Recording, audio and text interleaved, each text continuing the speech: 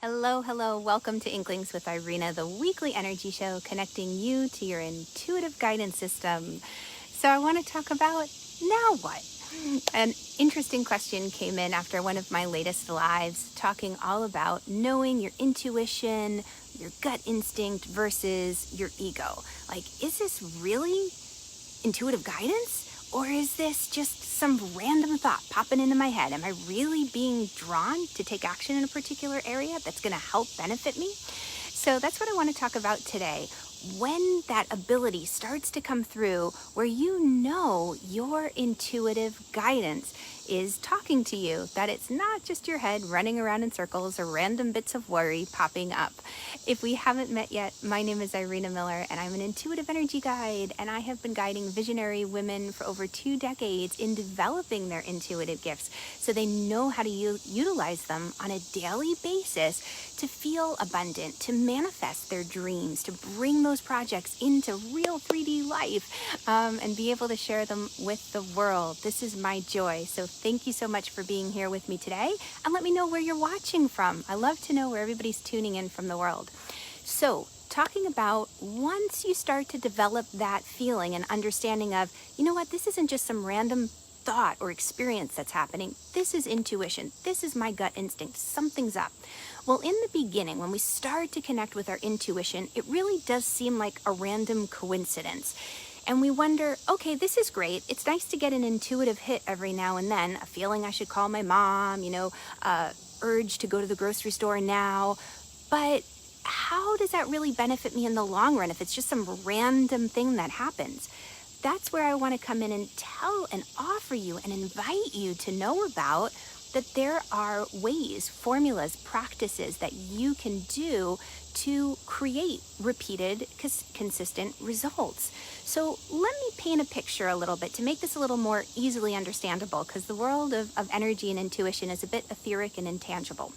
So imagine you have a product you love, like a jacket, let's say. My son has this jacket he loves, and it's got a hole right here in the cuff in the sleeve.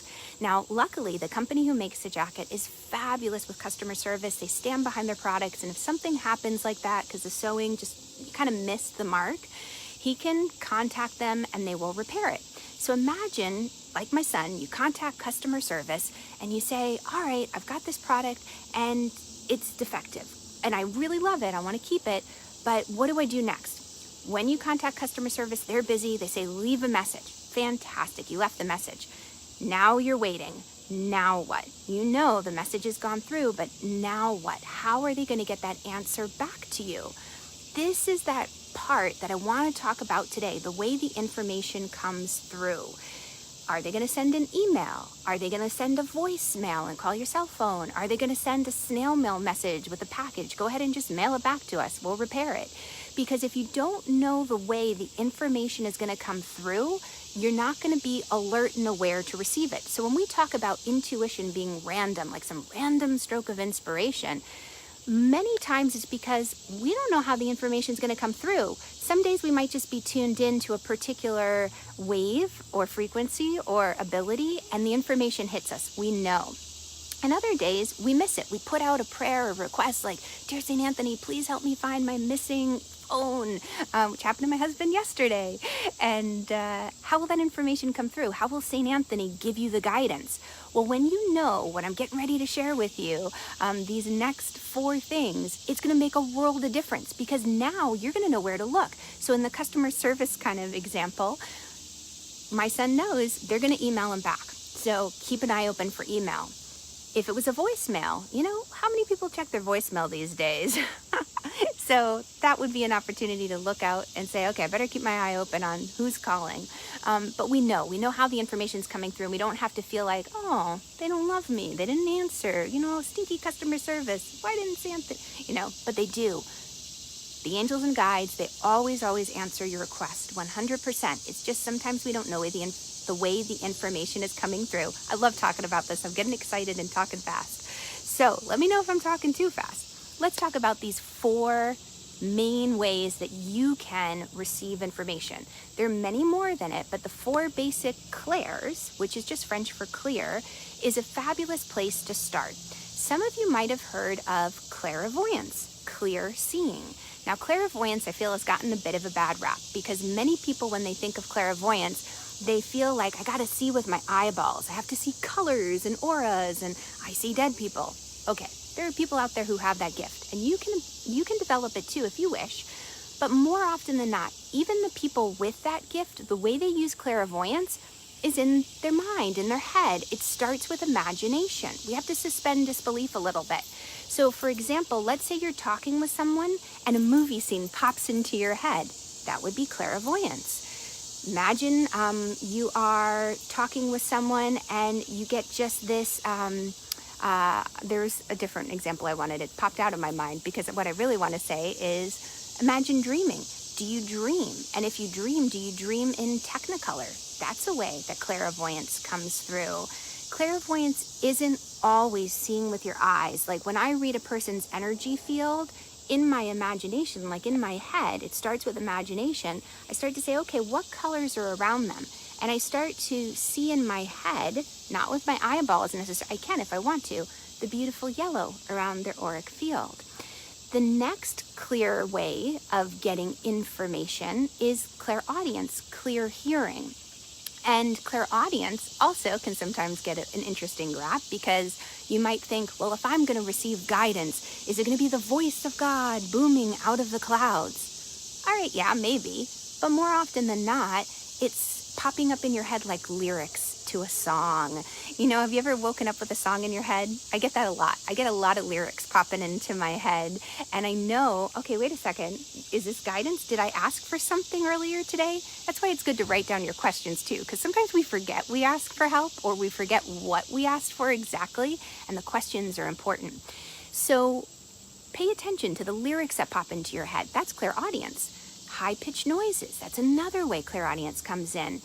Quotes from a movie or words that pop in, to your mind, so to speak. That is a way that guidance can come through. The next clair or clear knowing is claircognizance, which is clear knowing. You just know it's true. Imagine you're talking to someone and they're telling you all about their adventure and you're like, that's not true. I think they're exaggerating a little bit. Maybe you've been called a know-it-all before. And you're like, yeah, because I'm claircognizant. I just know. So claircognizance is this knowing. You can't explain why. There's no logic behind it. People will be like, well, what makes you feel like that? Like, they never said anything bad to you. Why do you feel they don't like you? You're like, I just know. We just know there's a claircognizance to it. And then talking about feeling, Clairsentience, and that's the one that many people have access to. That's kind of one of the ones that's most easily recognizable in us at first. Clairsentience means clear feeling. And with the clear feeling, that's those moments of like when you get goosebumps on your arm. You're talking with someone and then all of a sudden it's like, oh, I got goosebumps. Like, oh, me too. That's true for me. Maybe it's that butterflies in your tummy, your stomach hurts when you talk to certain people, or you walk into a room and you know there's been a fight. You feel it in your body. The hairs go up on the back of your neck. That's clairsentience. So knowing the 4 kind of basic or foundational clairs that the information, the guidance can come through enables you to be on the lookout a little bit more easily, to know that there's a repeatable formula that you can use to receive guidance day in, day out. So start kind of tuning in and noticing when intuition hits, when that feeling hits. How's it coming through? Are you getting an image that pops into your head? Was it a dream, that you had that gave you a feeling to call someone? Did you get lyrics to a song? Do you just know that something's kind of fishy? Or is there that moment where your body is telling you, something's a little off here? What's going on? The hairs on the back of my neck are going up. My tummy hurts. Paying attention to those 4 clairs is the next best step you can take on this intuitive journey. These are definitely stepping stones, and there are ways to refine and build this. So if you want to know more, drop me a little heart emoji in the comments below. This is what I love teaching and sharing and guiding everyone through. So thank you for joining me live. It's great to have you. And if you know what your clair is, your clear ability, let me know too. Share that. It's so much fun to go through this process because all of a sudden life becomes very wondrous. And before I popped on, the song that popped into my head, it's more from South Pacific. I don't know what it is. South Pacific's been with me a lot lately, but there's this one song, Dites-moi pourquoi la vie est belle. It's tell me why life is beautiful. Well, life is beautiful when you know how to use all of your senses. And that goes beyond just the touching, the tasting, the seeing, the feeling. We're talking about your intuitive senses as well, all of your clairs. So life is beautiful when you have access to all of your senses and you can feel it on a multi-sensory level and engage in that way. So thank you for being here with me. I love to have you, and I will catch you all on the flip side. Mwah. Bye, guys.